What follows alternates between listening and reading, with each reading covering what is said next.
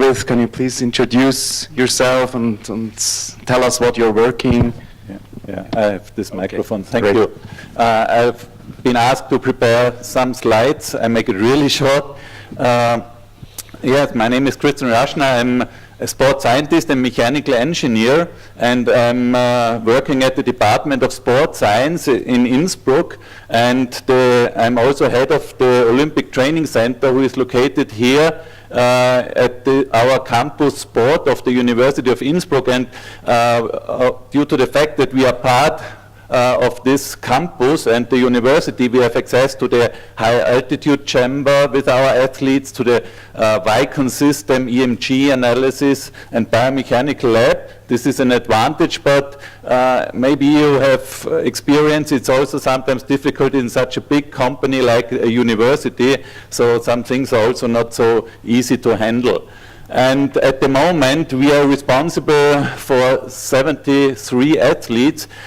Many of the Austrian federations, they do not have experts in strength training, endurance training. So we have we are working with them in these fields. We have athletes from more than 20 different sports. We have approximately 60% winter sport athletes, 40 summer sport athletes. Every coach and my coaches are former elite athletes from different sports, and they also have a master degree in sport. One is now finishing his PhD. So, and they also have lessons with the students.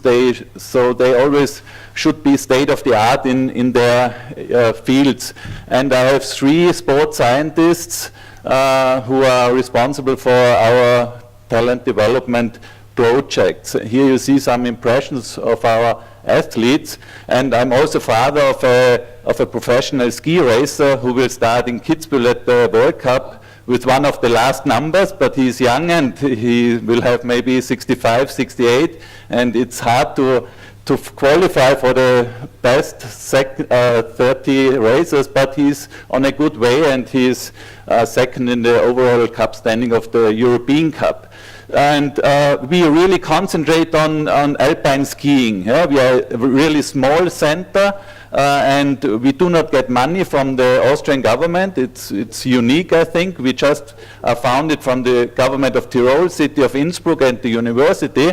And since 20 years, I'm responsible for the performance testing of the Austrian Ski Federation, but also, for example, for the ski gymnasium Stams. I started 1996 with this long-term projects, testing all the ski racers twice a year, and due to this long time period, we can really, or we have really good data now for all these different tests. For example, counter movement jump on the force plate, and here you see the norm data for these different age groups from 11 up to 18, 19 years. And in each age group, there are between 100 and 200 young elite alpine ski racers. So I think that it's a good amount of data for the male and female ski racers. At the moment, we are working on a project with the younger ones, 11 to 14 years old.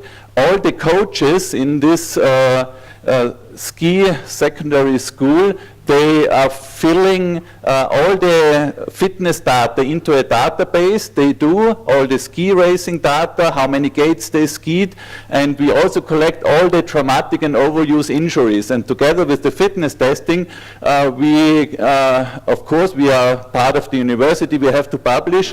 And so Lisa Müller, one of my scientists, published a couple of papers last year. And out of this 10-year or this long-term project, we also saw that the maximal trunk strength is a predictor for ACL injuries in young alpine ski racers. So those young ski racers who had bad maximal isometric core strength, flexion or extension strength, they were of more risk having an ACL injury.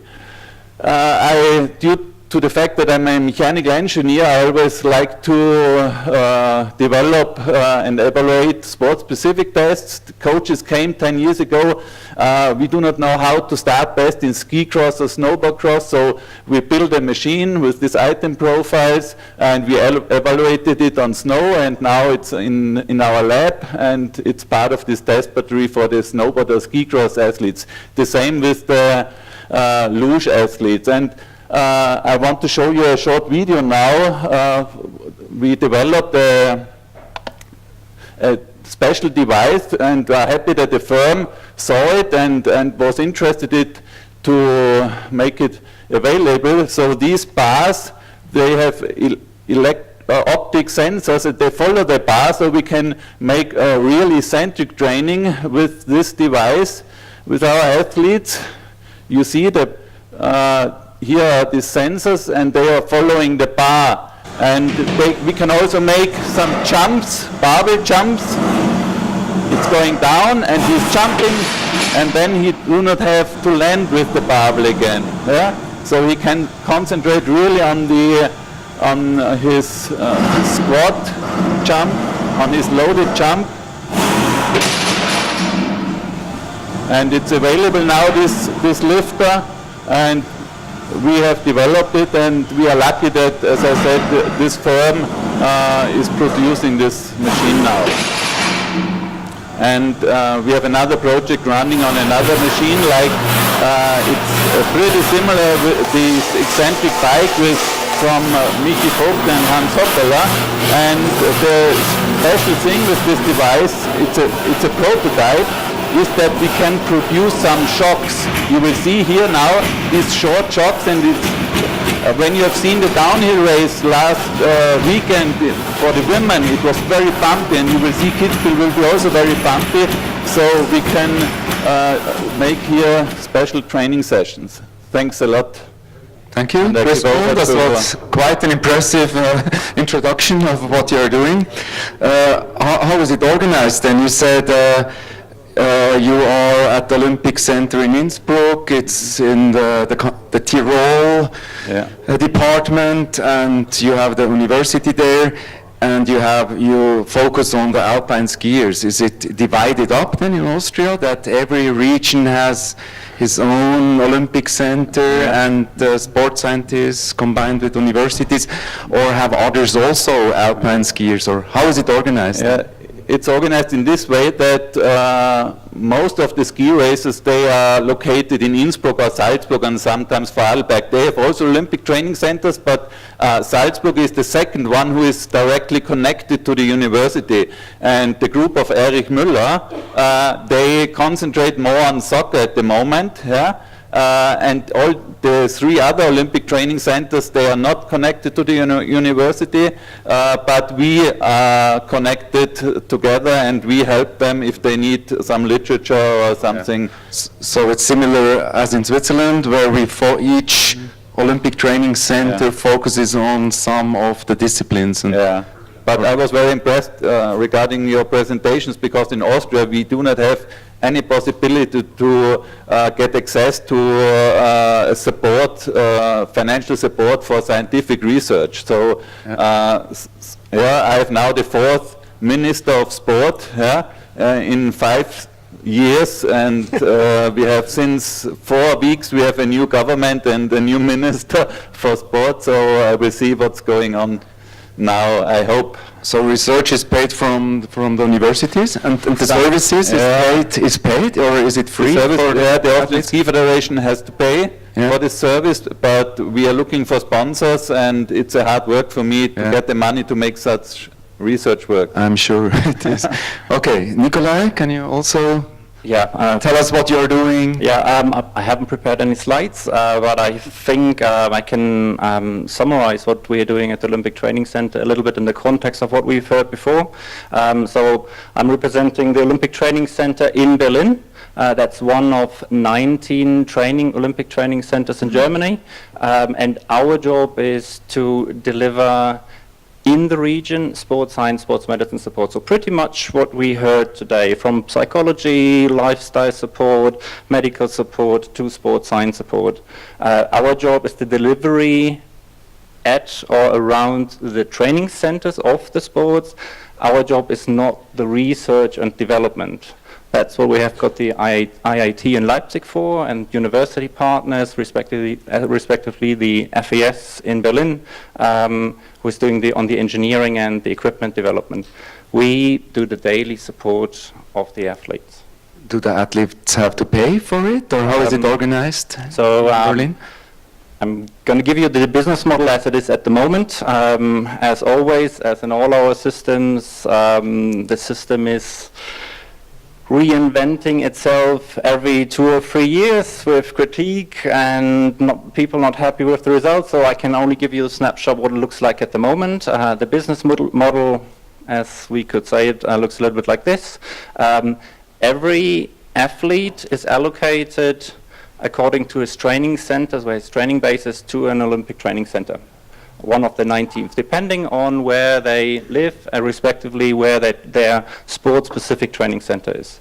And at this training center, they can get basic support. Basic support means access to a doctor, access to lifestyle support, access to basic nutritional advice, and things like this. That's what every athlete has got the right to at the center where they train, respectively where they live, and the training centers get a certain amount of money for this.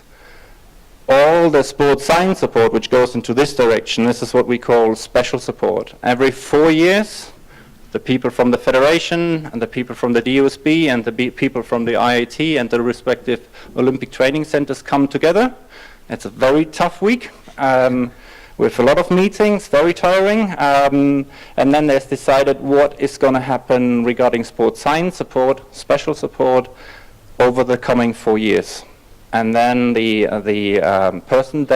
days are calculated. Okay, you want to come every 4 months for performance tests. That costs so much time, and this gives then a budget to the respective training centers, and this defines the big share of our training science budget. All the money comes from the same pot, Ministry of Internal Affairs, who's paying our salary, and then that's the salary bit. But most training centers get, or Olympiastützpunkte will get the facilities they're using for free from the state. So not from the federal state, but from the local state. So that's where our money comes from. Yeah. You said that the scientific projects is special support, and it's, when I heard right way, is it planned every 4 years for the next period?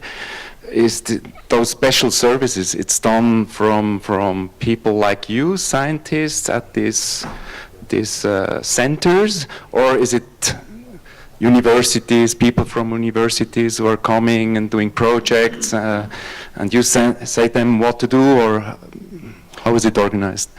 No, yes, and no. So it's everything a little bit. So I think it's worth differentiating between projects, so development, research projects, and service delivery, the day-to-day potential, well, ideally best practice daily support. In most cases, the Olympiastützpunkte will have a team of training scientists, performance scientists, to do the daily support themselves. Sometimes they have, for specific questions, for specific service parts of the service, they have got contracts with local universities who've got different diagnostic labs. So both a little bit.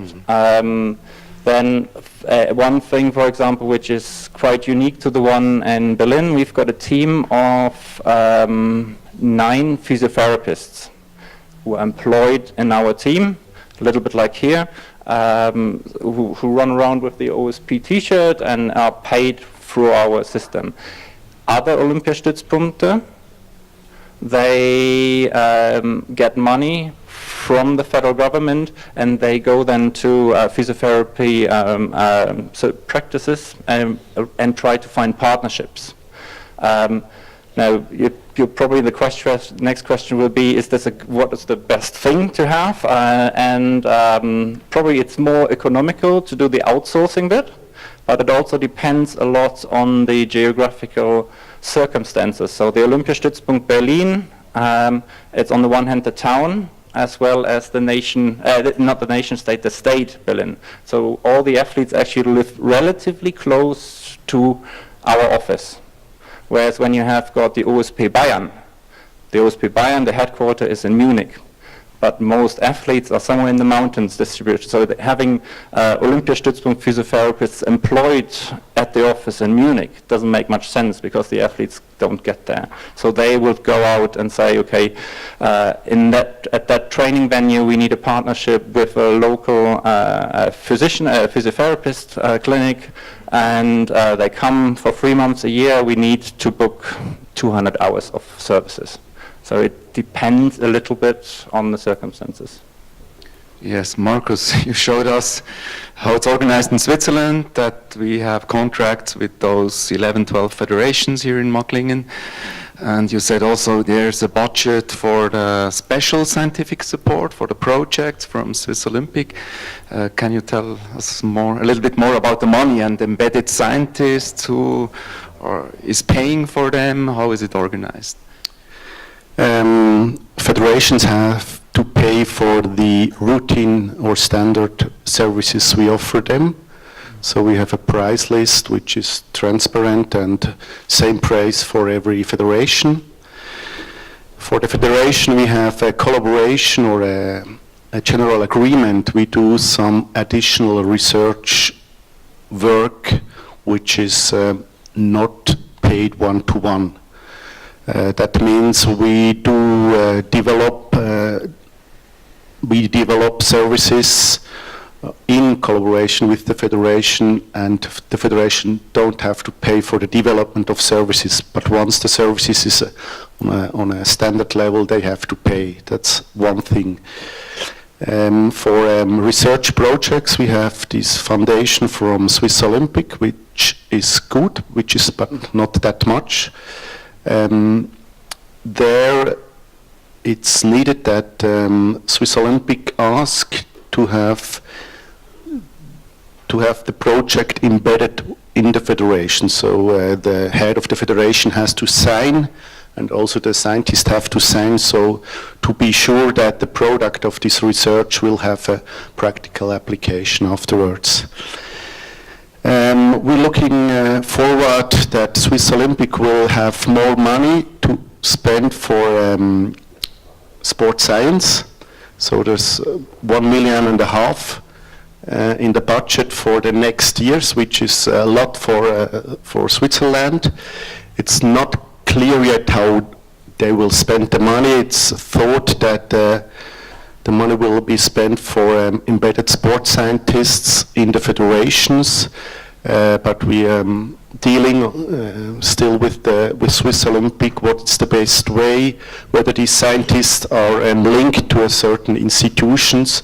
So we have also made the experience that a scientist who is isolated, not linked to institutions, very difficult for him to have access to all the scientific network. So, but this would be a good step for sports science in Switzerland, and we're hoping that we will make a step forward.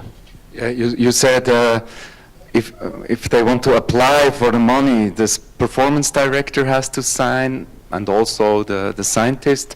So that's the situation to create the win-win situation for federation and also for scientists. So not an university can say, oh, we are doing this very interesting project, but the federation doesn't think it's so interesting. You said it's also planned by the federation every 4 years. And you told us it's more a little bit comes from the university, or if you can give us some details here. Yes, in our case, due to the fact that we do not get any money from the government, we just had projects financed from the National Olympic Committee, where we focused on, for example, talent development here in Innsbruck. But as I said, at the moment, everything is stopped, and the new government, they will think now about what is necessary to change to be more successful. Because we have a big problem, especially in the summer sport disciplines. We are happy when we have 1 or 2 medals if we have one. What my opinion is also that we get some problems in the winter sport disciplines. Because many very good coaches are working for other nations, so especially ski coaches or ski jumping coaches, so we have to be, it's not so easy anymore nowadays to be a leading alpine ski racing nation. That's clear. You have also embedded scientists in the federations, or you have coaches, physiotherapists, the normal support, or is there money for scientists in the federations in Austria? Oh, sorry, I have the microphone. Only the Austrian Ski Federation has a scientist in his team, but no other winter sport federation. Germany, or people from big centers? Not to my knowledge that they have got, that this is a clear pattern there. So yes, they might, they normally come to either the IIT or to us, the Olympiastützpunkte, to have the sports science support services. What is happening, or what happened over the last couple of years, was that the role of Wissenschaftskoordinator, and also sports science coordinator, was developed. And this is something where the bigger federations, they employ them as part of their team, but sometimes they also have got shared jobs that Olympiastützpunkt sports scientist is also for one federation the sports science coordinator.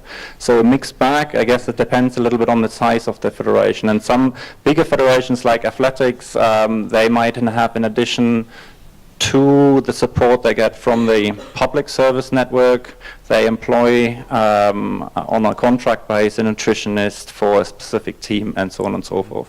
But then we also have got the individual athletes, or in some more commercial sports where the individual athlete-coach relationships develop such strong economic power that they themselves say, no, I would like to have my own strength and conditioning coach, and I buy it off the market because I want to have this one. How is it in other countries, Finland, France? There is money for scientists in the federations? Or Canada? Here in Spain we have different approaches. I will do notice that some clubs have more resources than the federations, and those are able to have that resources. So it depends on the scenario and the sport. In some federations they can have resources for a doctor, sometimes a physiotherapist that run through the team in the best of the cases, and the most one could order a biomechanism for certain research, but most of them are in charging this to other centers. Friends?